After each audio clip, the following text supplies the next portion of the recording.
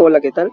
Somos estudiantes de la Universidad Católica de Santiago de Guayaquil y vamos a hablarles sobre el cerebelo y sus conexiones. Los participantes de este tema están conformados por Dani Gavilanes y Luis Eduardo Chuquillo. Es importante conocer, antes de entrar al tema macroscópico, sobre qué función principalmente cumple el cerebelo. Y para ello podemos expresar que el cerebelo procesa información proveniente de otras áreas del cerebro, de la médula espinal y de los receptores sensoriales, con el único fin de poder llevar a cabo en tiempo exacto los movimientos coordinados y suaves del sistema muscular esquelético. Es también importante determinar que la embolia que afecta al cerebelo puede causar mareos, náuseas e incluso problemas de equilibrio y coordinación. Continuamos con la ubicación anatómica del cerebelo y para ello podemos determinar que este cerebelo se encuentra por detrás del cuarto ventrículo, al igual que por detrás del puente y de la médula oblongada. Este mesencéfalo tiene una particularidad, ya que está ubicado precisamente en la fosa craneal posterior y se encuentra cubierto por la parte superior de la tienda del cerebelo. Para poder guiarnos gráficamente, tenemos esta imagen de lo que corresponde a una vista superior del cerebelo, pero esta vista únicamente vamos a utilizarla en este momento para poder determinar de cómo se conforman las porciones de este cerebelo, y se conoce que el cerebelo está dividido por el vermis, que es la parte central. En mucha literatura los determinan como que fuera un gusanillo, ya de que es de ahí se origina su nombre, y se da dos hemisferios cerebelosos de acuerdo a cada lado. Pues bien, es importante también determinar los pedúnculos, ya que estos pedúnculos son los que conectan la cara posterior del tronco cefálico hacia el cerebelo. Entonces, estos pedúnculos tenemos que son tres: pedúnculos superior, el pedúnculo medio y un pedúnculo inferior. Y muchos se preguntarán de cuál es la función de estos pedúnculos. Pues exactamente era ese: unir al cerebelo. Con el pedúnculo superior está uniendo el cerebelo con el mesencéfalo. En el pedúnculo medio está uniendo el cerebelo hacia el puente. Y el pedúnculo inferior une el cerebelo al bulbo raquídeo. Las caras del cerebelo. Se conoce que tiene tres caras. En este momento vamos a hablar de la cara superior. Esta cara superior parte, como habíamos hablado, de lo que corresponde a la parte central, que es el vermis, pero al formar el vermis y los dos hemisferios cerebelosos, se forma una escotadura cerebelosa superior, porque está en la parte superior. Luego de ello tenemos como primera estructura central al lobulillo central, continuando al culmen, el declive, el folio, y todas estas estructuras es lo que forma lo que ya habíamos conocido, la división entre un hemisferio y otro, que era el vermis. Luego corresponde al lóbulo anterior, que es lo que tenemos con el color rojo. En este lóbulo anterior contenemos la siguiente estructura anatómica, que es el lobulillo cuadrangular, que tenemos una fisura primaria, una fisura horizontal y un lobulillo simple. Para continuar con el lóbulo posterior, tenemos la fisura proxemilunar el lobulillo semilunar correspondiente por debajo de la fisura postsemilunar.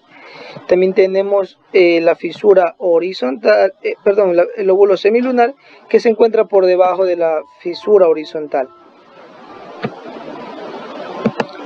Para continuar con esta anatomía de las caras del cerebelo, también tenemos una cara inferior.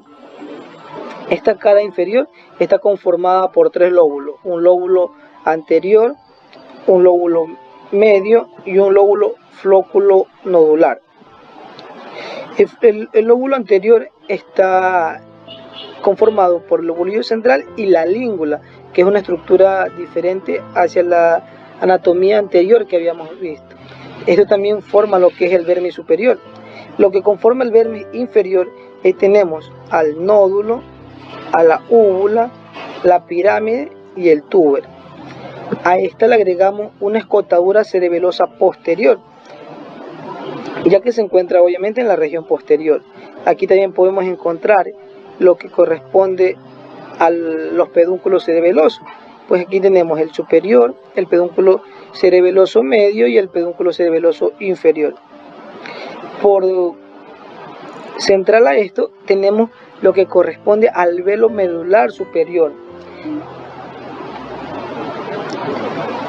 Por debajo del velo medular superior tenemos el cuarto ventrículo. Luego tenemos el velo medular inferior. Como lóbulo medio tenemos a la amígdala, al lobulillo digástrico y al lobulillo semilunar inferior. Correspondiente a la cara anterior, es importante recalcar que para tener una vista de esta cara anterior del cerebelo, pues obviamente necesitamos tratar de seccionar el cerebelo, es decir, extraer el cerebelo de sus fibras de conexión, de fijación, que estaba hacia la médula y hacia el puente. Y resultante a eso, obtenemos los siguientes elementos, que son, nuevamente nos encontramos con el cuarto ventrículo, que ya que este cuarto ventrículo se encontraba por delante del cerebelo. Aquí nos encontramos a la língula seccionada, encontramos aquí el velo medular superior, también encontramos los importantes núcleos que vamos a hablar en presentaciones siguientes, que es el núcleo fastigio, el núcleo globoso, el núcleo dentado y el núcleo emboliforme. Y para terminar desde arriba hacia abajo tenemos la vermis seccionada. Bueno, en esta presentación vamos a hablar sobre las estructuras cerebelosas. Y es importante recalcar que en este capítulo, que está conformado básicamente por sustancia blanca, y que esta sustancia blanca está conformada por tres grupos principales de fibras, que son intrínsecas, aferentes y eferentes. Las fibras intrínsecas, estas tienen una característica que no sobresalen del cerebelo, sino que se conectan en distintas regiones entre sí. Las fibras aferentes, estas en cambio forman parte de la sustancia blanca y se llega a la corteza cerebelosa. Esta tiene un método de ingreso a través de los pedúnculos cerebelosos medios e inferiores. Y por último, las fibras eferentes, estas constituyen a la información de salida del cerebelo y comienzan como axones de las células de Purkinje de la corteza cerebelosa. Y al hablando de las zonas de las células de Purkinje, vamos a hablar de las estructuras de esta cerebelosa. En esta estructura tenemos como principal una capa de corteza cerebelosa. Esa capa es la más abundante en tamaño. Siguiendo a esa tenemos la capa molecular. Esta es la primera capa que se da en esta estructura cerebelosa. Luego de ese encontramos una capa de Purkinje y la capa granular. Esta capa granular tiene, como su nombre lo determina, que tiene grandes acúmulos de granos. La capa de Purkinje, estas en cambio son las que contienen en su interior células de Purkinje. Adicional a estas, tienen grandes neuronas de Golgi tipo 1. La capa molecular, esta capa está formada por dos tipos de neuronas distintas. Una que es una estrellada, que es más externa, y la otra que son células en canastas, son más internas. En otras literaturas también la determinan como células en cesta. Bien, ahora para determinar lo que corresponde a los núcleos, pero sin antes de apuntar a un punto principal, valga la redundancia, que se me estaba saltando, que era que en esta cara podemos observar claramente que forman pliegues tanto profundos como no tan profundos, como lo podemos ver aquí, y para eso volvemos acá. Aquí lo podemos ver con más nitidez. Estos pliegues profundos forman folias. Los pliegues no tan profundos son los que forman como circunvalaciones y lo hacen como agrúmeros. Es a esto lo que también se lo denomina como árbol de vida. Pues bien, para hablar por último el tema de los núcleos intracerebelosos, tenemos a 4 núcleos principales: núcleo fastigio, el núcleo globoso, el núcleo emboliforme y el núcleo dentado, que es el más grande físicamente en el núcleo. Esta tiene una forma de arrugaciones o como también muchos lo determinan como una funda arrugada correspondiente al núcleo emboliforme. Tenemos que este núcleo emboliforme tiene su nombre de acuerdo a su aspecto del núcleo, es decir, es un tanto ovoide, está en la posición medial con respecto al núcleo dentado y pues se dice que está cubierto por hilio. El núcleo globoso son los que encontramos aquí. Este núcleo globoso está formado por uno o más grupos de células redondeadas. Y el núcleo fastigio se encuentra cerca de la línea media en el vermis. Y también tiene una cercanía del techo del cuarto ventrículo, como lo podemos encontrar en esta imagen. Y pues bueno, a continuación seguiremos hablando sobre las vías aferentes y eferentes de este mismo cerebelo.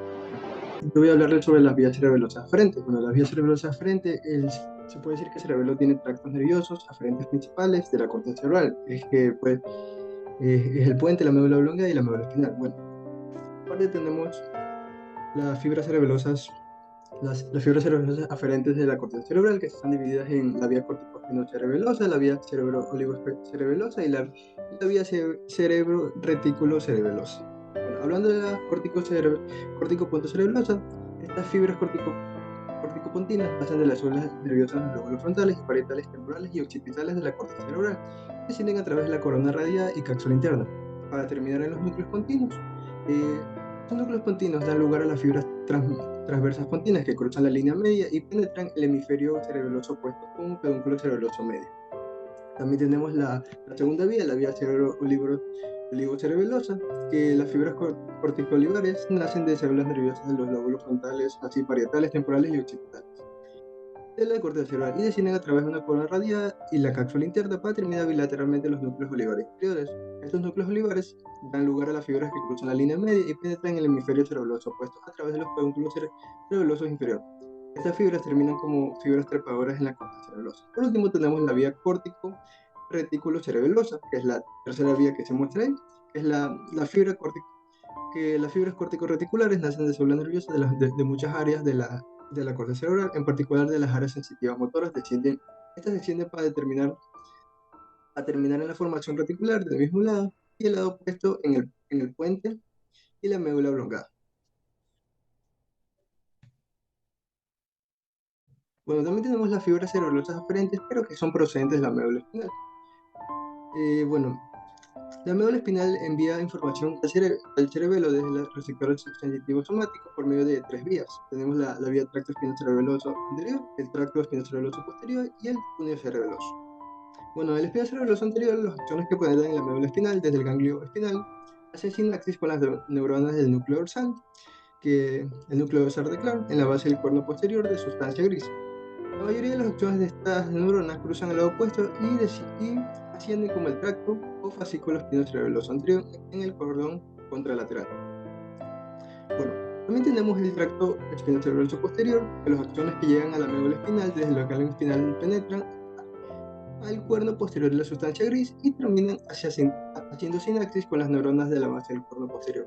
Estas neuronas se conocen en conjunto como núcleo dorsal o columna de Clark, ya que sus axones entran en la parte posterolateral del cordón lateral de sustancia blanca del mismo lado y ascienden como tracto espinocerebeloso posterior hasta la médula oblongada.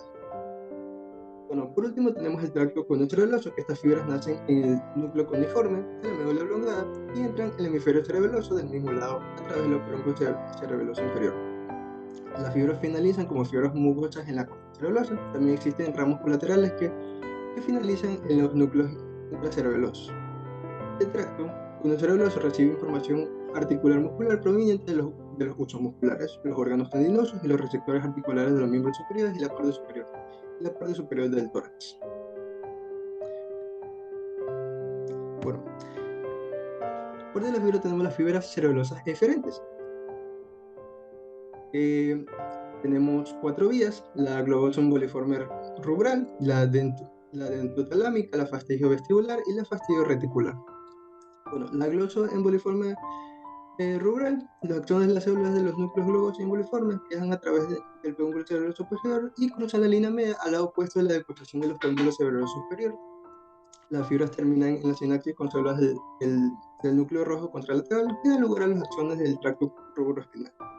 Tenemos la vía dentotalámica, que los axones de las neuronas del núcleo dentado viajan a través del pedúnculo cerebeloso superior y cruzan la línea media hasta el lado opuesto de la cruzación del pedúnculo cerebeloso posterior.